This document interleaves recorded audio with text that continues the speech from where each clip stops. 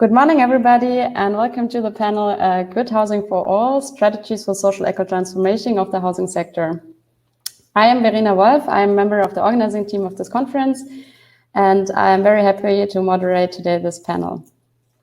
Before we start, I want to share some technical details. Please use the chat here to ask your questions.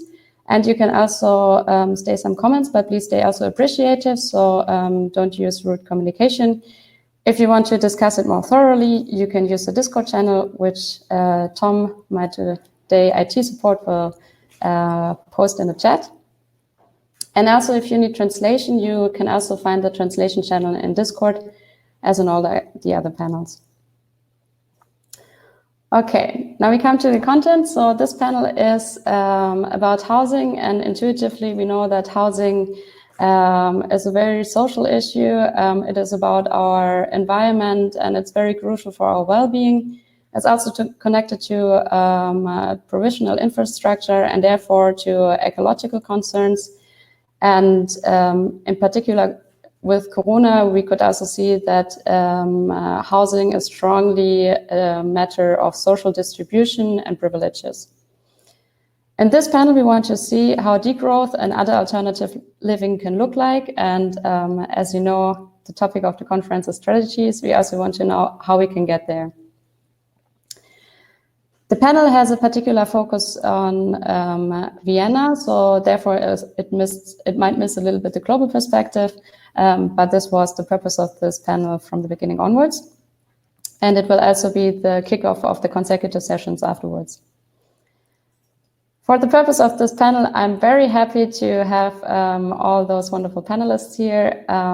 I start to introduce them. We have here Gabu Heindl. She's an architect and urban planner in Vienna, and she did also several publications on social housing, including Working Women and Wohnen. Willi Hejda is an activist of Altergrund for All, and I'm particular to have you here, Willi, since we have a strong cooperation between the conference and Altergrund. And for the real life event of the conference, we would have our closing event with Altergrund. I also welcome Francois Schneider. He's based in the ICTA Institute at University of Barcelona and co-author of the book on housing of degrowth. And last but not least, there's Anton Brokow-Loga, and he's a transdisciplinary researcher at the Bauhaus University in Weimar and editor of the book Postwachstumsstadt, which means degrowth city. We will start this panel with an introductory statement of everybody, and they will share their vision for their housing. And afterwards, we will start a discussion based on their introductory statement. And in the third part, we will include all your questions, and I will forward them to the panelists. Thank you very much so far. And if you want to, panelists, you can start. Gabu, I would forward the word to you. You need to turn on your microphone, please. Is it on? Do you hear me? Okay, super. So, good morning, everybody. It's amazing to have 135 people in the room, and the number is growing. So I think it's absolutely clear that this issue is crucial. And I would like to give you kind of my introductory statements about the social ecological transformation of the housing sector. Now, I want to start with that housing is a human right, and this is not to be debated. So that means simply that it's of a public interest and not market interest. And let's say if we have goals, general goals, I think that it should be freedom of choice, security and affordability for everyone, and not only for the lucky ones who happen to be able to choose. So if we have a priority of housing, seeing it as a common public interest or a public good, and I think this is really something that we even learned during Corona, then we actually really have to push that, because Corona just literally put kind of a burning glass onto this issue, onto the housing issue, and to what extent housing and health is related, housing and society in general is just so much a public question that we cannot leave it to the market. So what is my vision for housing, say it generally, for this social ecological transformation, and also, of course, after Corona, if you want so. I think the most important thing is good rental protection, or good rent protection. Yeah. So we actually, I think we could fight for, or actually go for, limited profit rents in all sectors. That also means in the private sector, and that means exactly that. For instance, if houses are basically paid off, there's no reason why anybody should make profit on the housing need of others. We need stability. That's maybe an Austrian issue, or also one that affects a lot of Viennese. There is the possibility of short-term contracts in Austria, which is crazily having people be dependent on the people who they're renting from. We need a stop of any extra payments for better equipped locations. In fact, actually, there shouldn't be badly equipped locations. And of course, and that's something like how do we stop the housing shortage in general? And I would say there's two ways. One is, well, there's some ways, of course, many ways, but there's two, let's say, general strands. One would be to build more housing, create incentives for markets and so on. Or, and this is now what brings us to the ecological question at once as well, is let's say if the historic answer to the housing question was to build more, as for instance in Red Vienna, communal houses actually importantly paid then by the housing tax, or in more liberal phases by private housing, I would say that a contemporary answer can only be use what is already built first. So that would mean that there's not a housing question, but maybe there's an empty homes question. There's not a question of affordability, but a question of regulation.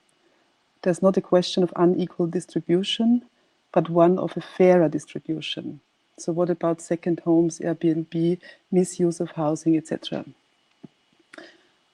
However, if we're basically saying if apartments are not rented out in an exploitative way anymore, we may still need more housing. Yeah? There's also no doubt. So we will also have to create new housing. And that is maybe the second part of the vision of, let's say, social-ecological transformation. So first, it would be important to renew, remodel, refurbish, reuse sites and places that are already built, or that at least already are have infrastructure and so on, and are already connected to public transportation. The other is, if we build new housing, then I would say we have to find ways to possibly now this is the level of to what extent do we actually demand presumptuously politically, but I could claim to say, okay, what if we built only in different sorts of collective ownership models? That would be either communal housing, cooperative housing, habitat housing, as in Mietshäuser-Syndikat, community land trusts, leaseholds, etc. Basically, we could say private initiatives are as important as the state or the city, but ownership of land is not, like private ownership of land. Also, we will have to invent many more models of collective ownerships, especially with regards to open and democratic access. And then when it comes to what kind of housing, I guess there's a real quest for finding new forms of living together in more resourceful ways, but also in kind of collective ways, in ways of be it intergenerational, be it kind of in many ways that, and here I'm talking as an architect myself, and an architect and urban planner, and of course I would have to critique my own profession, but which of course is closely linked with the housing industry, and also of course with clients asking for housing. But in fact, we do need to rethink how to feature and how to actually create and support people in their many ways of different, and in their many ideas of living together. One really important thing when it comes to ecological question is then we should actually not waste any more building effort, which creates housing units that are too small, indecent, that are unhuman, and so on. Like what we are at this moment seeing in terms of affordability and not ecological reasons is actually an ever more increase of the size of rooms. We're literally discussing 8 to 10 square meter rooms, and I think there is, even with the kind of climate crisis on the horizon, we should ask ourselves about a fair distribution of space and what is kind of humane housing. Building-wise, I think it's logical that we will have kind of passive houses, plus energy houses, etc. Good insulation, but for sure, no more special waste or even toxic waste in our buildings or in the facades. And this is a real issue, at least in Vienna, where we see all this styrofoam insulation, and we need to get out of this by a kind of very common effort. And last but not least, and this is like which I think we should radically question the quality in general. If we build new, then I would say it's only good quality building, no bad locations, and maybe that brings us back to Red Vienna. We may have to have support for that, because in supporting, even if it's kind of collective private initiatives that are not building kind of private ownership, but in sorts of all sorts of CLTs, leaseholds, land trusts, habitat, Baugruppen, but also communal housing, cooperative housing, we will need money. And then if we think back to Red Vienna, and then we know that in all of the facades of Red Vienna, we actually see in big red letters that all these working houses have been built by the means of a housing tax. So I do think we also need kind of financial redistribution or redistribution in of money. And then basically we could ask ourselves what the contemporary luxury taxes are. And we could, of course, discuss if that's a CO2 tax, if that's heritage tax and so on. But to bring all of these points together, I think that could actually create, and let's say, there's no reason why in any city there should be homelessness. And there's no reason why in any city it wouldn't be possible to actually fulfill the human right to housing in an ecological way. Thank you.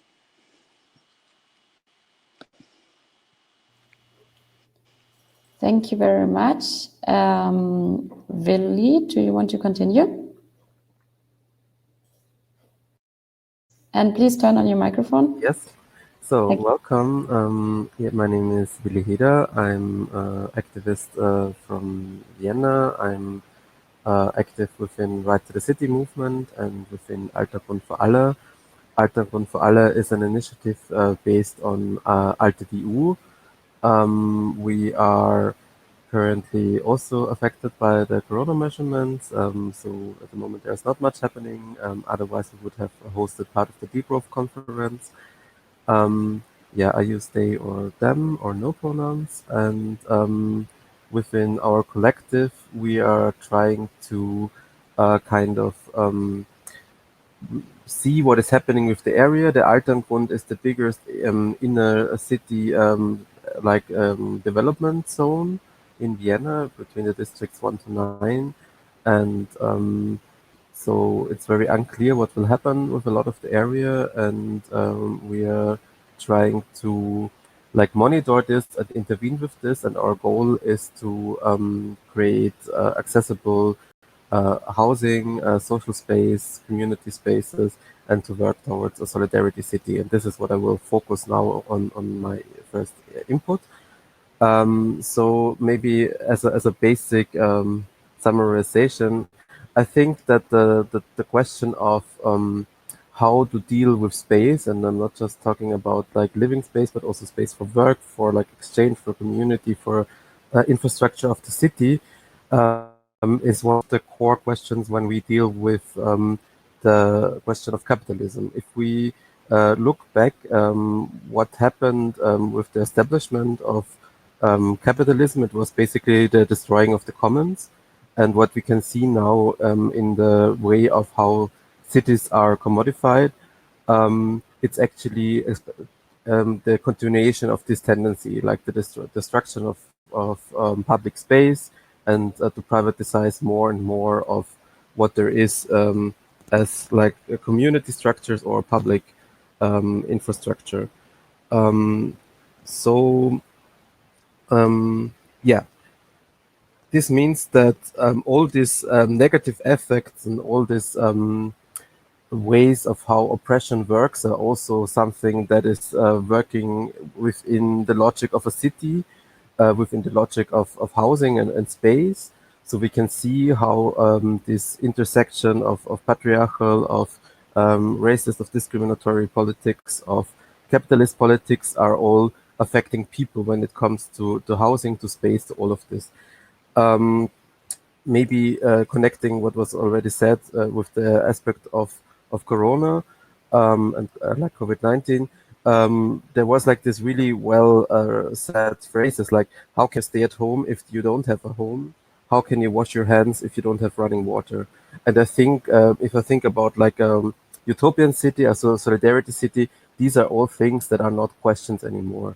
So we talk about like an infrastructure like that is not necessarily divided between a city and like urban or not urban areas. It's like areas that are accessible, but also like in an ecological way accessible. Some of the things are maybe vague that I present now, but like it's ideas in what direction it could go.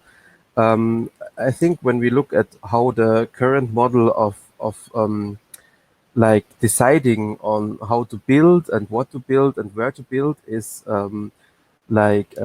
framed, then it's about it's a discourse between regulations and actually the question of profit, and then to some extent maybe the question of like architecture or design. But like the question of like what are people needing and what are people need are just tackled by very few architects and very few like building like people who are like in charge of the building process, and the ecological question is only tackled when it's part of the regulations, or if there is like a certain ethics in the background of the builder. So if we talk like about a solidarity city, of a utopian city, the question is only the ecological question and the need of the people in the measurements of like so that the building is like stable and it's like a good quality building. But like this question of what is the money revenue in this is cut out, and the regulations are based on people's needs, and this is would mean like a big shift. We're also talking about like that a utopian city means like a place where a good living for all is possible. So this means that there is a public and access for all to community structures, to the health sector, to transportation, and to education. So that all of these aspects that are key in like development of people are actually there. And as was said, like the question of housing is not just any question, it's like a basic question. It's like one of the fundamental needs of people. And so it actually is something that needs to be solved so that it's like fair for everybody. So like in a solidarity city, it's possible to get a housing space. And already now we have a situation where, at least in Europe, there is more empty housing than there is homeless people. So this is not like a very far off vision. It's actually the status that we have. And then it's like something that can be worked on. So like if there is a more population, then we can focus on like in a solidarity city, it would be focused on like what are the needs and where is like the space and how can you kind of maybe structure a city so that it's like working in many ways, that you maybe don't have one center but like many centers that kind of together structure like a city. And when we think about like how the city would look like, it would look way more diverse than probably the current city or landscapes we're living in, because it would probably be way more like a mixture of like urban and non-urban areas. We would include stuff maybe like agriculture into the cities. There would be definitely more social infrastructure.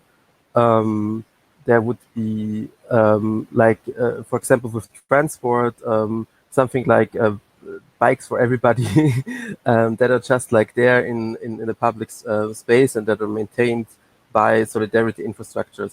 So I think and like there would not be like the one district where you have like, for example, the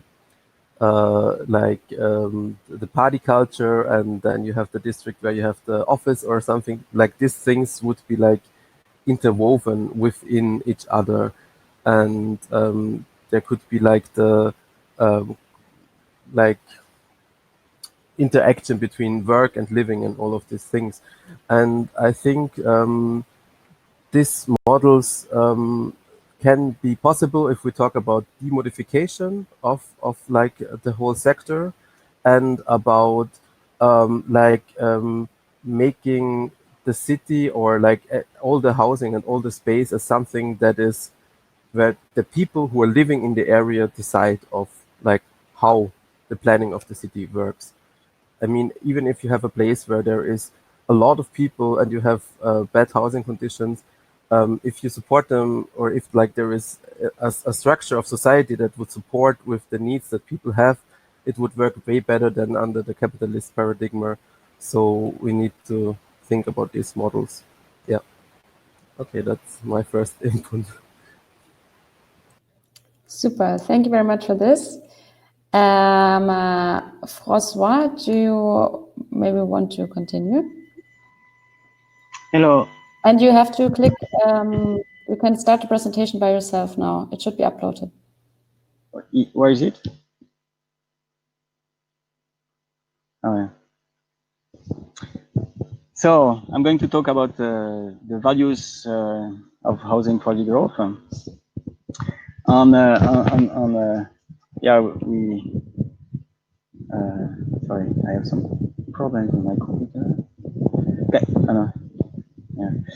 So with Anitra, we edited a collection about the narrative of housing for degrowth, and it's very important to have a narrative for collective, to have narratives actually for collective action to enable transformation of the housing, something that links actually the different actors in many of the things that the precedent speakers talked about. But about the narrative, I think I want to be a bit more concrete with taking on like what happened with COVID recently. And I think personally, I think we could have done better with the degrowth movement, because there was the occasion really to really transform some things on one. So I'm going to put myself in the perspective of the next COVID-21 on think that, okay, really this time the degrowth movement really manages to pressure governments to really stop aviation in time. And then what does it mean for because it spreads so much the disease, what does it mean for the housing sector? That means that we really need to give hospitality to all travelers and homeless people. And there's so many, as people said before, Airbnbs, hotels, empty houses, secondary houses, underused houses. And so we need maybe requisition in some cases, or hospitality. Exists some laws in France about that, defended by right for housing. So injustice is maximum or minimum household size. Social housing, I mean, it has been developed. Another aspect also is like it was also the occasion to, I mean, at the national level, a lot of the traveling is done by car, by plane on car. And I think at the short term, what we would need as to push is really that we stop simply to sell petrol in petrol station, and not what happened is that we told people to stay home on call for social distanciation, on people would still actually do it with petrol. I think we need a societal choice not to have petrol, and to go for frugality, simple life, closeness to nature, linking to locality, simplicity, like tiny houses are as main living spaces. I mean, all this like comes into this idea of open localism, that we don't want, we want localism, but we don't want closure on closed borders, on closed houses, on.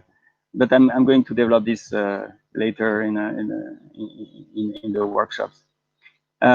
So it's about a very important thing is about sharing, social rapprochement. I mean, I think we accepted so much this social distanciation idea.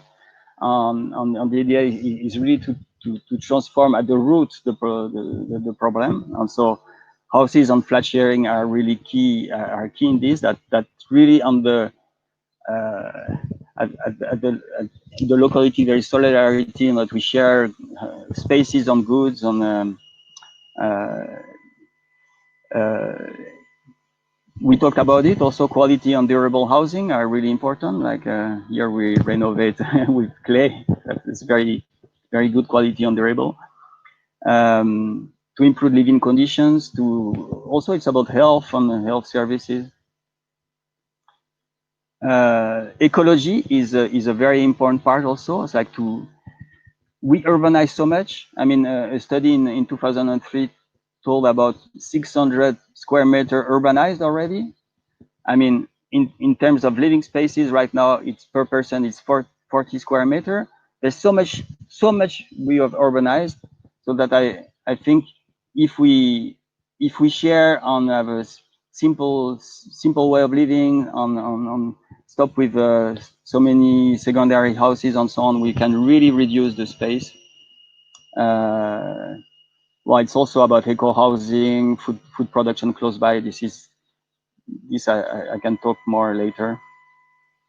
On the type of habitat also, it's like to really have housing as commons, not too centralized, not too compact, and so on. We do, because this creates, for example, we have seen this like sometimes very many difficulties, but also not sprawl, which is something that increases always the travel. We need like some kind of decentralized centralization on basically walking and cycling settlements linked by public transport. This is the kind of thing. And if we do all this, if we do all these things that we share, that we use the empty houses, that we live simply and so on, we reduce everybody has a house, and the prices of house reduces, and then we don't get so much indebted, and then this feeds against to the justice aspect. So, well, I don't know. Well, this is we don't want housing for growth, profit-making sector, financial investment, large living spaces, high-tech control, powerful banks, and economic growth, but housing for degrowth, like reducing the total urban area, simplifying and distributing access to housing, halting industrial urbanization, disurbanizing and renaturalizing, improving living conditions, sharing dwellings more, on decentralized compact settlements, low level, low impact. I hope I'm always not too long.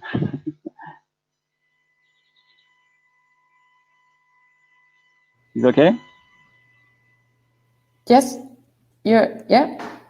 Thank you very much. And now the last statement from Anton. Hey guys, thanks a lot for having us. Thanks to the wonderful organizing crowd that made this possible. And yeah, thanks to Gabi, Willi, and Francois for your wonderful statements already. I can only try to add some points in this, my introductory statement, and also welcome and good morning to the crowds and to the 180 people watching. I've seen so many good comments and questions already. I wonder if we can take them up, all of them. I'm glad that we'll have some workshops today as well. So yeah, my name is Anton. I work at the Bauhaus University here in Weimar as a research assistant, and yeah, I'm trying to put this degrowth cities topic on the agenda also for urban planning faculties and for urban sociology and urban design faculties and the academia, and trying to connect it to the municipal and local politics discussions. So I want to tell you something about this vision of mine and of ours about a city without growth and beyond growth, and also raise 3 points in this introductory statement about possible strategies and important points that we have to look at right at the moment. So at this very moment, we can see cities without economic growth everywhere in the world. The economic output of nearly every city in the world has been dramatically reduced due to the virus-induced political measurements. And if we take a deeper look at all these cities and the implications for most of the inhabitants, which was raised also by you, we will understand that we have to strive for a solidary vision and reality of degrowth cities. So first of all, let's get clear about the vision we want to point at. So it's all about planning and designing and governing and deciding about not only cities without growth, that is what we see at the moment, but beyond growth centrism. So cities that enable a good life for all, cities that flourish. When I think of that city, I believe it's a city for all, not at the expense of others. This aspect was also beautifully shown in the panel on global solidarity yesterday. I think we have to always have the global perspective if we think of municipal or local projects. And so there are many ideas and projects that have been implemented so far: co-housing projects, urban commons, gardening, community-supported agriculture, also within the city, neighborhood councils, and so on. But for real change to the paradigm of urban growth and of urban economic growth, I think we have to change the mental, political, and material infrastructures. And we must step out of these niche initiatives in a way and relate all these concepts more closely to one another. And think of them as approaches to a more holistic degrowth city ecosystem. So I want to point at the fact that planning is crucial to every vision we have. So the degrowth city is focusing on democratization. We've heard that already. New forms of political organization and representation. I've read that in the comments already, and I think we have to discuss strategies here in this panel as well. And so I want to stress the point that we need to form municipal alliances between social movements and actors in local parliaments or city councils. One can see that in many various cities around the globe. And we can also see that in the current crisis, the local governments and communities are the ones, again, the first responders. So often with lacking resources.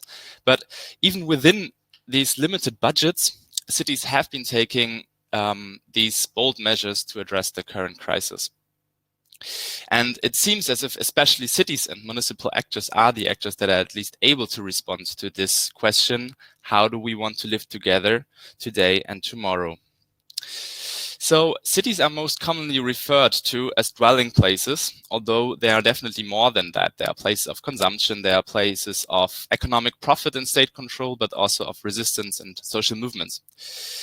At this very panel discussion, as this discussion is devoted to good housing for all, I want to stress 3 steps towards good housing for all now. I think we have to further the discussion on a kind of degrowth agenda for housing policy. And so I have these 3 suggestions at this very moment of crisis. I think we need to further and politicize stay at home.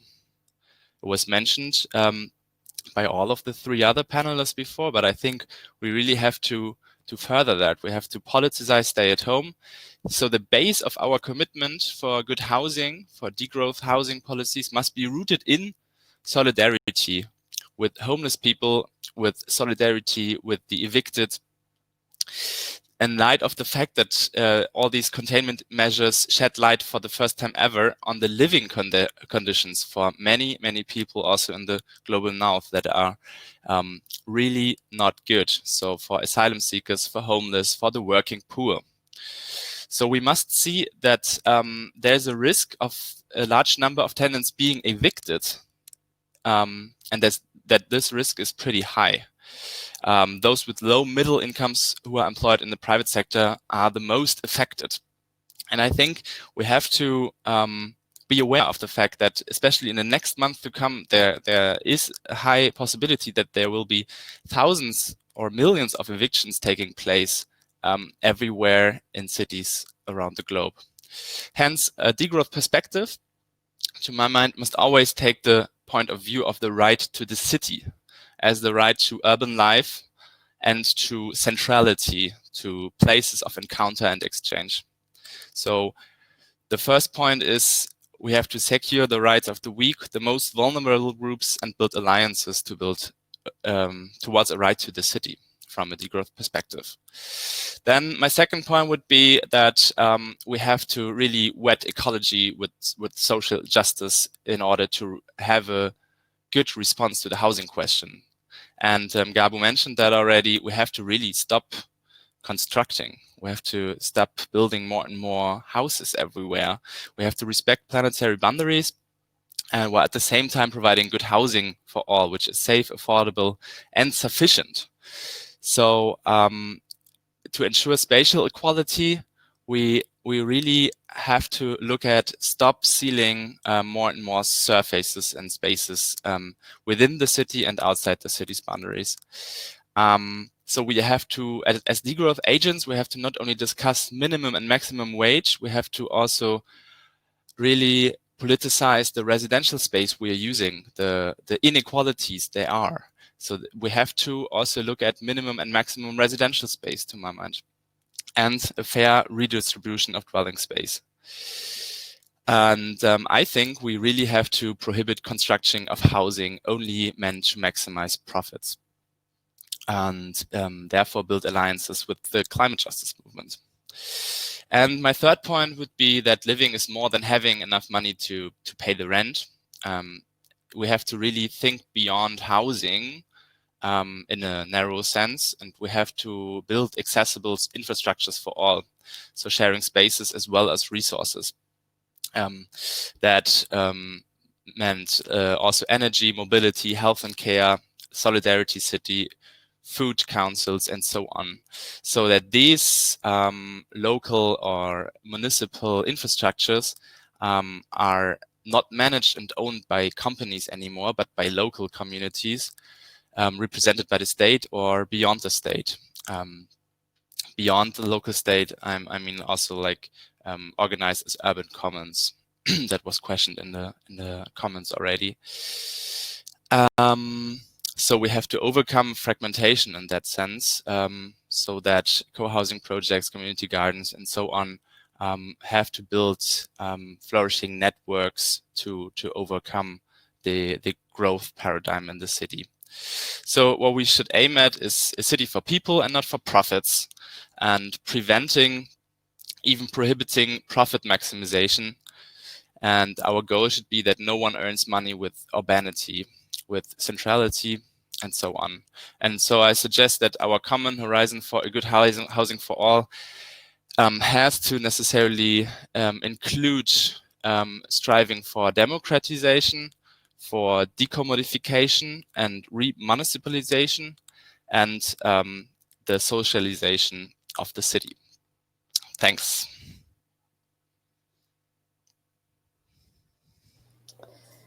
Thank you, Anton, and all the others for your contribution. I think it was quite nice to see that you agree on several aspects, and but at the same time differentiate a little bit, especially to the social and ecological divide.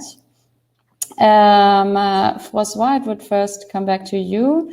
In your recent book, you elaborate on the degrowth narratives, and you already talked about this in your presentation. How do you think these degrowth narratives can help to popularize the idea of a city beyond growth? And do you also think that you can implement like some other visions, like the Solidarity City, for example, which Willy proposed?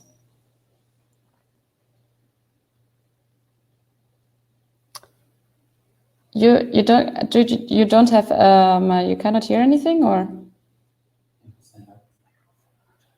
can you turn on your microphone with the mouse? You tried this already? Okay. Maybe you can continue to see how you can turn on your microphone, and we will skip you and come back to this question or your input later than for now. And I hope my IT support, Tom, will also support you and us in this situation. Okay, so Willie, let's come to you. I want to ask you, as an activist, which grievances and obstacles do you observe, especially in the housing policy in Vienna, to realize actually the solidarity city you envision, and how could support look to help you to realize this, also with your project of Altengrund? Yeah, so I will go into, I think I will jump into the strategy question, because this is like what was said already, one of the key questions when we talk about how we can make all of these visions happen. I think also that there doesn't need to be one specific vision, but like many, in order that we go in some direction. And I just post like maybe a pattern of how we can maybe work towards like solving this big knot of like many different obstacles that are on the way. So what we came up with in Altengrund while working on the topic of solidarity cities, we had like a big party and conference day on this topic. Like it was called Grund für Solidarity Cities, or like there we focused like a day long with workshops on the topics, like how we can create like this basically freedom of movement from the situation in the Mediterranean Sea and beyond, like in Libya or like around the globe, to a place like Vienna. And there we had like several sessions where we were like kind of mapping the different problems, seeing what are like different issues, and we came up with the following method. And I think this is very useful if we can focus on this kind of things. So we started to divide into things that can be done practically. Like, for example, if I want to have a transport system that is accessible for all, I can start by creating a shared like a money source where everybody just pays in, and if somebody gets like controlled, it's paid through the pot. Or like in some cities, it's possible to share a ticket or to finance tickets for people who don't have the money for this. And like, for example, this is a practical thing. Or like another practical thing is like that you just start with other people to build community structures, to live in shared housing situations, to share those resources that are related to space, to make them more diverse, to make them more accessible, like in the very term of accessibility of barriers, like in the question of language, like in the question of how to deal with money. And then there is like this other level that we call like regulative, that is more tackling the political level. So for example, this means to make petitions, to make campaigns, to make actions that, like, let's stay with the topic of public transport, push for transport that is accessible for everybody, transport that is free, that there is like community bike infrastructure, that there is more and better public infrastructure for things like bikes. And if we stay with the topic of housing, it was already part of the chat that we kind of push forward that like a city like Vienna allows shared living in the city-owned flats, or that we push forward that people who know that they want to create a space together can already be part of the building process, of the planning process. So like that all this process get democratized, that there is like a tax on like all these aspects when it comes to like building, and that with this text, like for example, syndicalistic structures can be supported, stuff like this. And I think this is something that is very often forgot. Like, I think most of the things that political groups are doing is often focusing on this regulative thing, and it's like left out what we can do together with we are not like a lot of people, for example, at Architektur. We are basically around 10 people who are making a lot of things happen because we are dedicated to it and we spend time and resources on this, but we are also trying to create surplus. Like, for example, we connect our work to a food co-op, so we try to get off like the supermarket system. We are starting to share resources like tools and knowledge and this kind of things. And we are trying to create a space where various ideas can get into happening. And then like the third level that I want to shift now is like the utopian. So like, what is the perspective? How can we, like, what can we focus on? And I think we need to voice out certain obstacles very clearly. Like, if we want to have a good life for all, this will not be possible within the current like system. This is not possible within a patriarchal, racist, heteronormative, capitalist society. Like, these are all obstacles that are on the way to a better life for all. So in the moment we want to tackle all these issues on various levels, we also need to create visions of how like a society, a world can look like where we can overcome these aspects. So what are our visions? What are our ideas? How can this all look like? What are also very practical things that would get better in a world like this? People would not need to work their asses off for paying the rent. Like, this would not be a question anymore. Like, it would be something that is a basic thing that is there for everybody. Like the question of that was also now very, very essential, access to the health sector. Like, all of these questions would be solved in a way that they're accessible for all and organized by the people who work in the specific sectors. And this is not like a very far off dreams. These are actually things that can be happening. And as it was already said, like, communities often do this as a first response if like the state or bigger infrastructures are lacking this. So like, this is what a lot of people do. And even in this really shitty situation in Moria, where there was no support from the European community, like, people organized and formed like the awareness team Moria to support in the possibilities, the little possibilities that there were, how community can like organize in these things. And yeah, so like, this is maybe my jump into this question. And yeah, I hope we can focus on these different levels, or maybe you have also questions that are missing. But I think it should never be one against the other. I think it's essential that people who are, for example, focusing on the regulative level are really openly and forming bonds and networks with groups who are, for example, focusing on the utopian question, who are doing practical stuff. So it should never be like, oh my God, why there is graffiti on the walls to say rent strike or something. This should never be a question. If people do that, it's something that should be getting supported. And it's really important. That was also shown in a lot of other protest movements, that especially like a wealthy middle class starts supporting all these activists, this direct action, this practical work for communities, and gets a bit out of their comfort zone. I think if we want to overcome all these obstacles that are in the way for like right to the city and a just city and a good life for all, more people who are in a privileged situation need to get out of their comfort zone and do practical things together with others who are already doing stuff, moving stuff.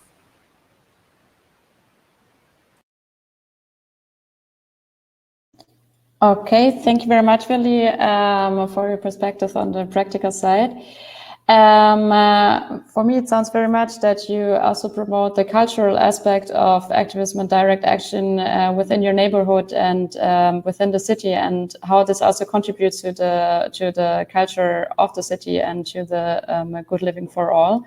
And also you point to the necessary, and also in the statements, demanded democratization of processes, that people are involved and can actually shape their city or can support this. Gabu, I would like to know from you, how actually do you think like a democratization of this planning process could happen? Because I think there could also be a strong resistance against like these ideas of commons and of sharing and of greening spaces, as a society might also like to have their private space, their big spaces, and would not like necessarily to participate in this.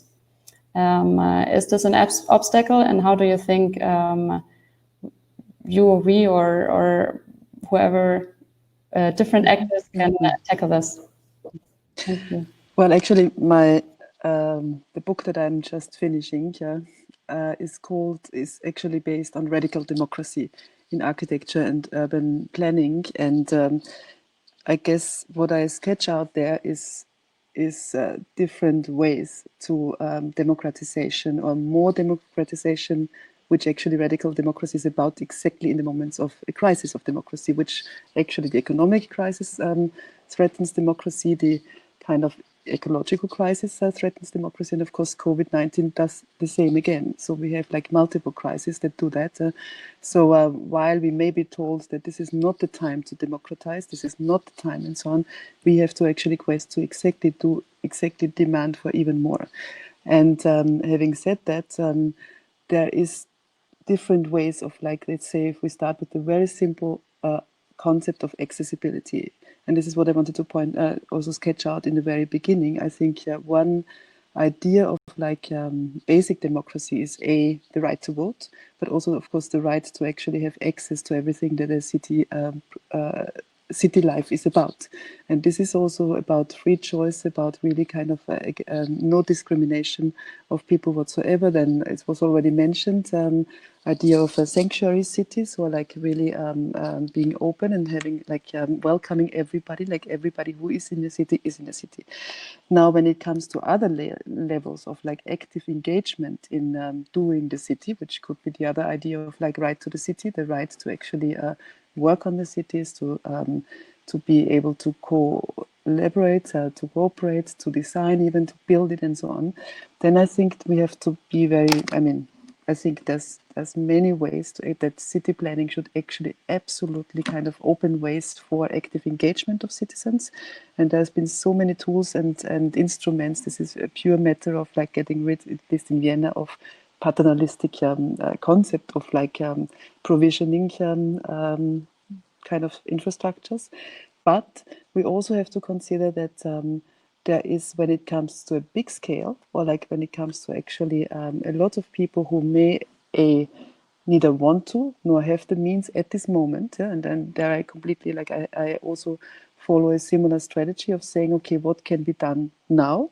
And that may not at once kind of change the system completely, but how can we do things now and not close a possibility of change, of literal system change? Yeah? So basically pragmatic now, utopian in the bigger vision. But when it comes to this now, I mean, there's a lot of people who simply do not have.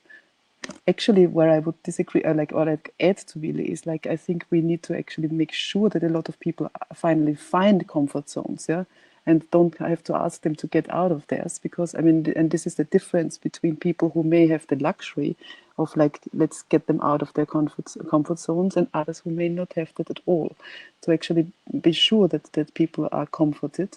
And that means, okay, while opening up where it's possible for a maximum of citizen engagement, there's also, I would say, a maximum need of, and there has been quite some questions about the role of the state or of the commune or of publicness or of, let's say, authority, politicians, or the kind of, or the Verwaltung of cities.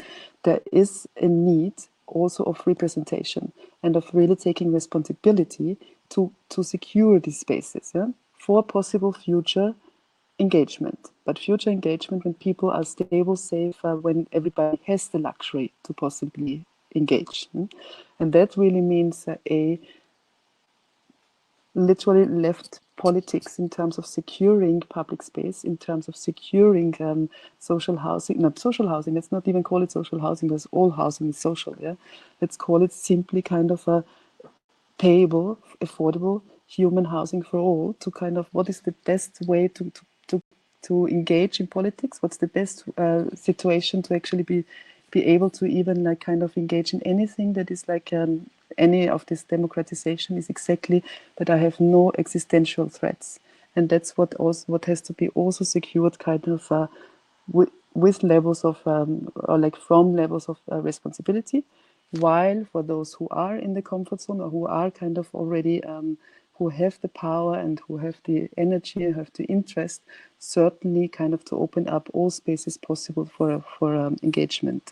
But, and I think this is now really crucial, for instance, Baugruppenprojekte, like kind of self-initiated housing projects also have been critiqued then, when it is again about kind of commodifying or privatization of space, when it is exactly about collective effort for a common good or for collective good. Yeah? I think this is something where we may also have to differentiate in like what sort, like how to, or what's the priority in opening up these spaces. And then there's lots of gray levels. And then what does it mean if, how can urban gardening can literally kind of monopolize space, or it can actually really create a more lively and democratic urban space. Yeah? It's a level of like, how is it being governed? How is it being organized? What does it mean kind of to have a, to demand space, or to demand land, and who do I share it with? Okay, well, to kind of try, I guess it's important to see this the different, the many different levels that actually people, inhabitants of cities can and want to operate in, and the many different ways of actually how we could understand democracy in cities. Okay, thank you very much. I would now hopefully continue with Francois again. If your microphone Let's works. try. Does it work? Yes, it works. That's good. Super. Yes, building on this democratization aspect, you talked about degrowth narratives. So again, my question would be how this degrowth narratives could actually help to convince also people that we need to think together these social and ecological aspects and come together to create places.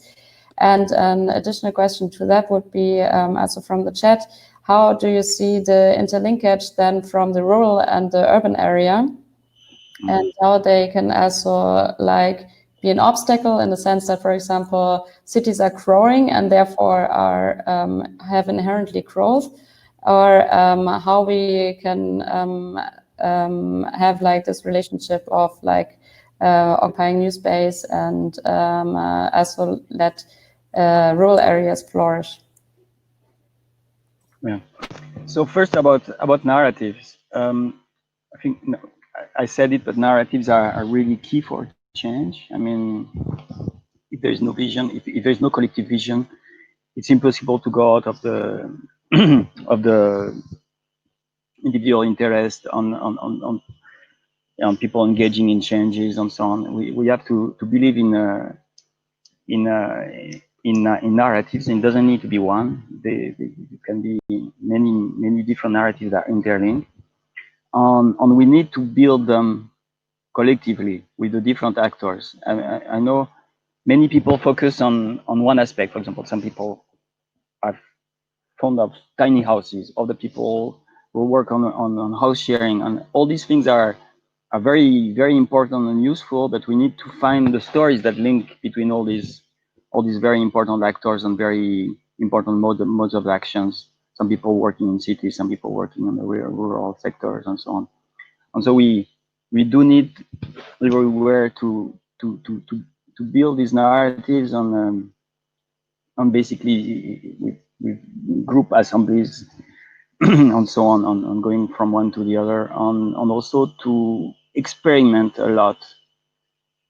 Experiment how it would function, how we get organized, and sometimes in real places, sometimes in games, whatever. We need to experiment as much as possible to see the change, see what is possible to transform. One thing is, I think the change to be done is wide. It's not just about taking things as they are and give access to poor people, or it's really about revising completely the way things look like. And personally, I think that now I come to the question rural to urban. We do need to link on this it's hard to even think about it, like how do people in the city link to nature again? Like it's not possible. It's has been very, very hard the way the living spaces were organized in the situation of COVID. We have seen it in the cities. But on the other hand, it would be dramatic if in front of that, just everybody continues with urban life spread around as it is with urban sprawl. So, which would be even more dramatic and even more cutting people from each other and so on. So we do need to invent, really something that is different. Neither, which is I think it's about imagining ways of living which are actually linked to nature, connecting to what's around us, but also between people, on which wouldn't, it's about this low level, low impact, compact but decentralized way of living, linked by public transport, based on bicycles and so on. And we really need to invent that. And it's not about spreading the urban way of living.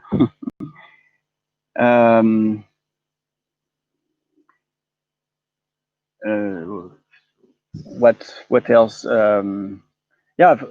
For me, the really very important now is to organize everywhere meeting to imagine the different stories, and see, envision that actually change is possible. It is very important. That's why we did like this summer school on Degrowth narratives, where there was one group working on narratives for cities, which was really great, which was like just managing to create dynamics so that we can sit around on that each of us like says imagine one aspect of how things could be different, and see how we could get there. We need a lot of work on this, and it's a lot of coalition work. Yeah, thank you. Okay, thank you very much. Anton, then I would come to you. Again, maybe then we can build on the actor of the state.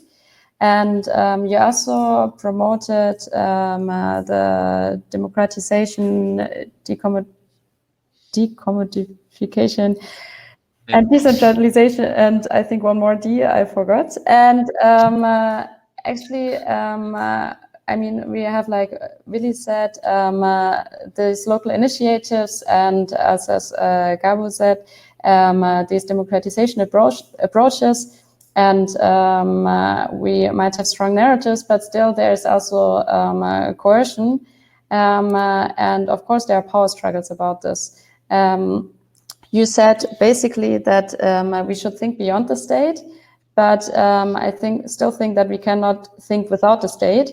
And so my question would be like, how would you see then the relation between the this bottom-up approaches and then like this top-down approaches? And also in the chat there was a question about taxes. And yeah, thank you. Taxes, maybe you have to remind me of that question, maybe asking that question again. I haven't read it so far because I find it quite hard to see both the discussion here and the discussion next door in the comment space. Yeah, so I think my basic argument would be reclaiming local politics. I think the fundament of degrowth politics must be power to the people. But this reclaiming power has, I think, some strategies to take in order to get into the city councils and the city halls, while at the same time having established is a good network of social movements and initiatives that enable such a communicative and collaborative approach to city governments and I'm actually following the rich tradition of municipalists in order to combine like the civil society power and the local state power. And I think what I really want to do and I want to argue for is thinking about degrowth strategies in their particular stages and in their particular scales. So I think we really have to think about the urban scale or the local or municipal scale when it comes to these strategies. And I think there has been the question, and some of you already responded to that on what about rural areas? I think we are not only talking about the big metropolitan areas of the world here. I said that yesterday already, but most of the people, at least in Germany, are living in cities and towns below 100,000 inhabitants. And I think the lived reality is based on these middle or small cities and small towns, and we really have to focus on these relations there, because I think the main problems of commodified housing market of flats that are not distributed fairly, of not democratized municipal councils and so on, they are the very same everywhere, and that does not take into account the size of the city. And coming to strategies, I really support all of what is said already, and I want to maybe use the pattern that Willy has shown in their approach. So we have practical, regulative, and utopian strategy approach to, in a way, reclaim the right to the city. And I want to kind of refer to Eric Olin Wright, who was mentioned already before, in a way to scale these transformation strategies here. So the practical approach Willy has mentioned is kind of the interstitial approach, maybe can be linked to it. So the real utopian approach as well. So like really looking forward what's needed now. And I want to just add that we really have to stress that we that the city politics need to enable these concrete solidarity initiatives, these small-scale solidarity-based approaches. So that would be the number one task also for people in city councils to, in a way, enable people to organize themselves. So from a practical perspective, then we have the regulative approach, which can be connected to the symbiotic approach. And I totally agree with Gabu on that in that case, we really have to foster securing these initiatives, these alternatives that are constructed in these niches. So we really have to reclaim the local state with, for instance, all these participation, active engagement approaches that we can find in cities. I think the participation discourse is pretty rich, and we really have to use all these participation initiatives as citizens, as people in grassroots initiatives to always raise our voice, to always call for solidarity for a degrowth city. So using this symbiotic power, and also going into the parliaments, into the city councils, and taking this responsibility. I think Gabu mentioned that as well, and I really want to highlight this. And then we have the utopian, which can be maybe linked to what Francois said. So this narrative approach to reclaiming the city and to a degrowth-oriented urban politics. And I think we really have to look at these mental infrastructures that and these meta narratives. Harald Welzer is always speaking about the highways in mind that were constructed in our minds. And one really big problem of our society is the single family house in our mind. I think it's really a huge issue that this urban sprawl and especially as well destructive gender relations are combined in this single family house, which is a huge mental infrastructure, and we really have to resist against that and make clear that this is not a way forward for no area of the world. And so I come to maybe two small points which I want to add to the strategies that Willy mentioned. So this is first of all the ruptural, also again speaking with right approach. So the radical resistance against an entrepreneurial or a city model, a corporate city model that we can see with all these smart city approaches. So we really have to go to the street. We have to demonstrate. We have to use the power we have in order to resist and also support against evictions and so on. And last but not least, I want to stress that I think we really need to have these relative approaches to organize. We have these rhizomatic connections in between all these right to the city and degrowth actors, and not one hierarchical organization that is having the link in between it. But we can see, like I've been organizing the Right to the City Forum last week, 2 weeks ago, with a couple of initiatives and colleagues and comrades. And I think it's pretty important to foster these connections and to have these interrelations and to show that we are dependent also on the fights of others at their local scale. Yeah. Super, thank you very much. Time is running. I would give the last comment to Gabu, because she also wrote that she wants to say something about the rural area. And I would also like to ask you about the real estate industry and the private sector, how this is actually influencing or is an obstacle to the bottom-up approaches Anton and Willy were talking about. And please keep short, maybe 2 to 3 minutes, because then we want to come to the closing statements. Thank you. So, okay, I want to be quick.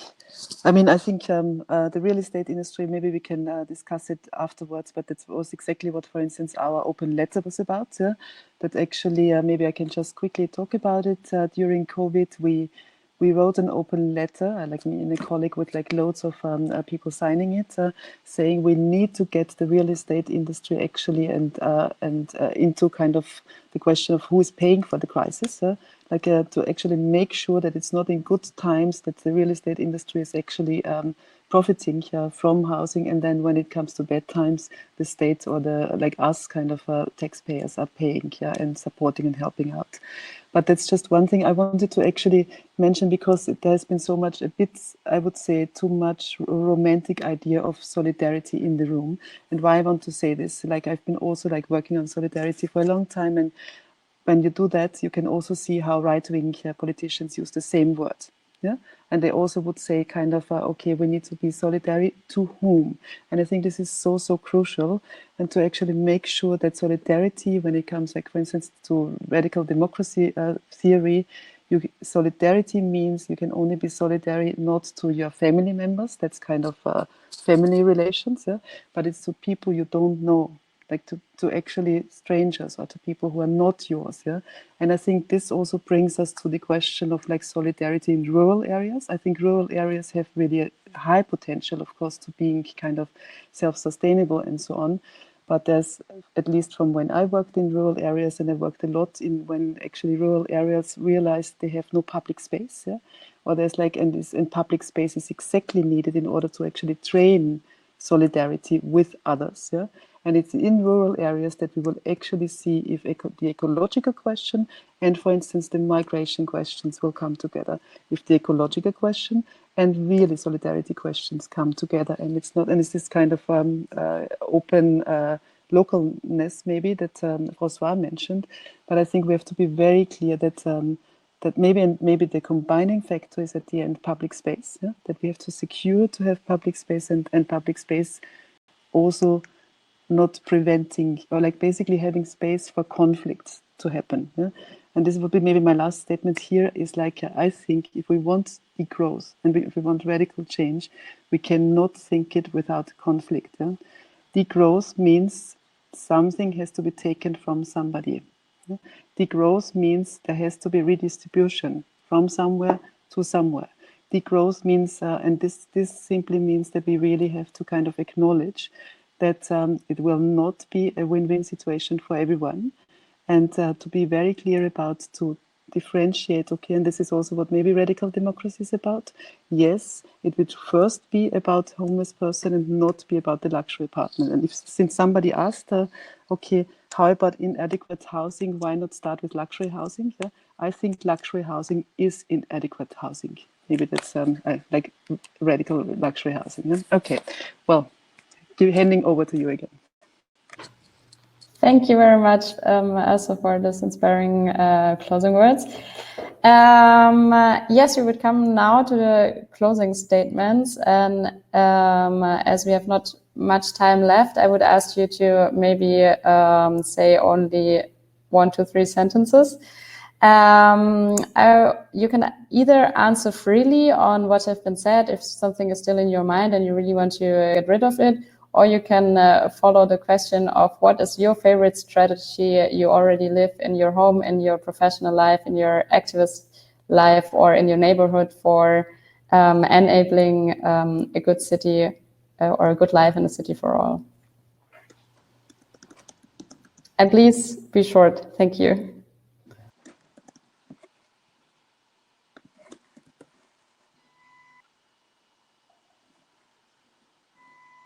Who wants to start? Can I start? Look, Yeah. I can start. So just reacting to a few messages I saw in the chat. I think one of the important thing to realize is that there is no solution for all. Like for example, there are some people that love to live collectively, some people that love to live alone in a small place. I mean, it's like, it's very important to keep this diversity and not to say, okay, this should be the model for all. And like this is really dramatic if we do like that. Another aspect is I really agree with Gabi about the importance of collective space, and that's why we need to be close. We need to invent reinvent a way of living that is neither the city, neither the kind of like urban sprawl, which is like created in the countryside, but some kind of compact, decentralized way of living, where we really link to the issue of transportation. That means accept really going to slow modes of transportation, which is really key for the hyper to also tackle the hypermobility, which is actually the big destructive thing that goes with housing. Actually, it's really linked, and so and it is really relevant also about the way pandemics like COVID spread. So I would like really stress on that the importance of link to nature and to people in different type of settlements, neither cities, neither urban sprawls, and yeah, to really imagine this in new narratives. Thank you. Super. Thank you very much, Francois. Willi, do you maybe want to continue? Okay, I had one comment that was still open about the rural.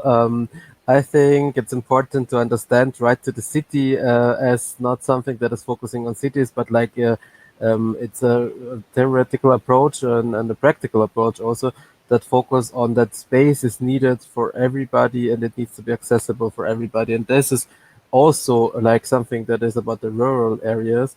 And we could see that through the tendency of neoliberalization of space, it was especially the rural areas who got affected by reduction of public transport, health access, food sovereignty, and public space. So like these questions that we were talking about, they're even more relevant for the rural areas. And it's all together under the term of right to the city. Like it's maybe the city is sometimes irritating in this, but like right to the city means that like that space that was already said by Gabu, that is accessible, that is common, is a key aspect of like democratizing structures. And then the last point on like the question of how much time we have, because this is something that seems to be also in the chat that seems to be pressing. I think the perspective of the current status quo is not a positive one. I think that our attempts are not on the side of gaining, that it's really a negative and a situation where like the sharing of resources is happening from below to the up, like so that's like we're in a class struggle where actually those who have a lot start to gain more. And I think the only way how to answer such a situation is to connect all networks, to form broad alliances, but to keep certain aspects, principles, like still always on the top, like for example, and I think this is also a very important key to be anti-fascist, to be pro-feminist, and then to form alliances. But like some things should never happen, like especially with the question of fascism, this is a no-go. There needs to be clear boundaries. And like then there can be alliances points on specific points and topics and based on strategies. And I don't think that it's going to be changing very soon. I think it's going to be changing if a lot of people start to act and to act in solidarity, not in the rhetorics of what was said before, but like in a really practical and direct way of connecting to each other. Yeah, that's maybe my closing.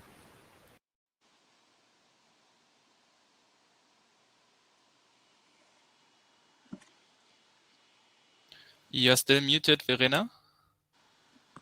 Thanks for But I mean, I can just continue. Yes, I think please, we have only some seconds left. Yes.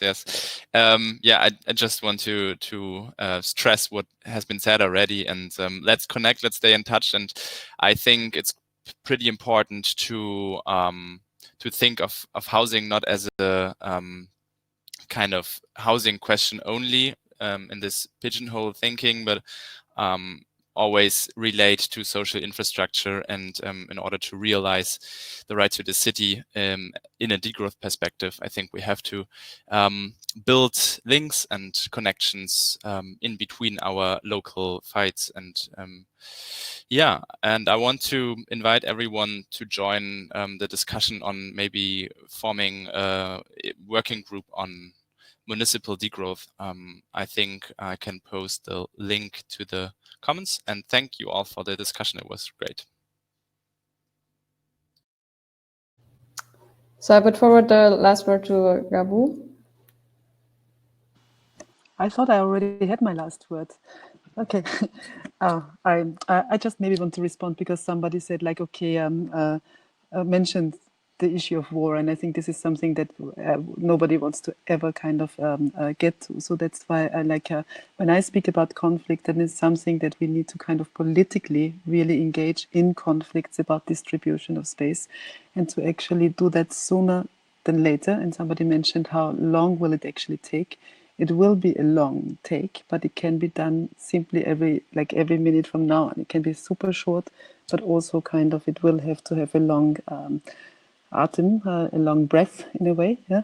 And in this case, I think you will see in the afternoon also quite nice projects. One of them being Schloor, for instance, a project that I'm doing architecturally supporting as an architect in my office, which is one part of Habitat.